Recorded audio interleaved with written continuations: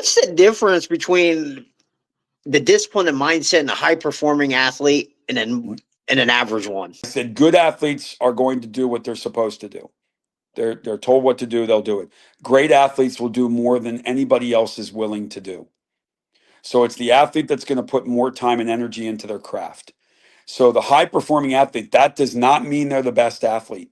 What it means is they're going to put the time and energy into both physically and mentally into their sport.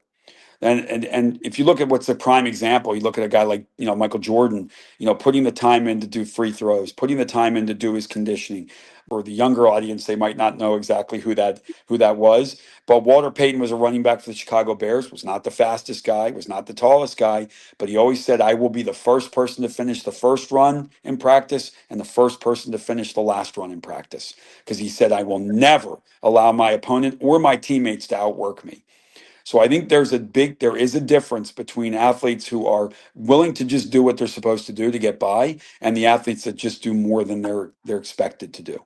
That's the difference right there. Once they recognize that the work falls on them and that they're not at a gym, they're not just working out, they're training. Training is something that you do to set the stage for greatness in the future. Whether you succeed or fail, which you will fail sometimes, and you can fail forward, and that's an important part of what we tell them. But they have to recognize that they have to do the work. Do what you're supposed to do when you're supposed to do it without anybody having to tell you that you have to do it.